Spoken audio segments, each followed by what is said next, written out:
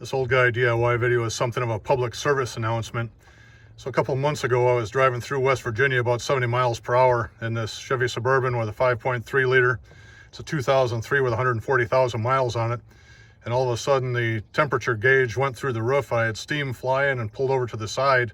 And what I found is this connector that runs from the radiator to the rear air conditioning unit had failed.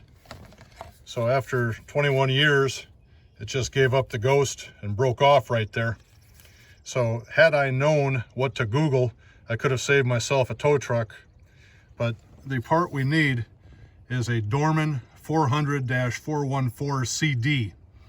And I had the tow truck driver take me to AutoZone, and we were Googling rear air connector, rear air fitting, AC fitting, radiator fitting, and the thing never came up.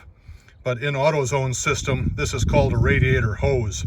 So if you're on the side of the road and this thing blew off, you want 800-414 CD. These things were hanging right on the wall in the back of the store where they have all the blister packs with commonly failed parts. And I suspected that this thing was an infrequent failure. That's why I went to the internet and I was trying to figure out how to describe this, and I was unsuccessful.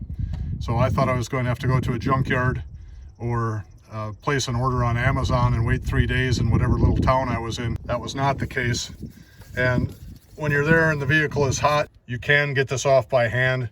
You just need to grab here and squeeze. Or if you happen to have a pliers, that makes life a lot easier. But I was able to pull this thing off by hand.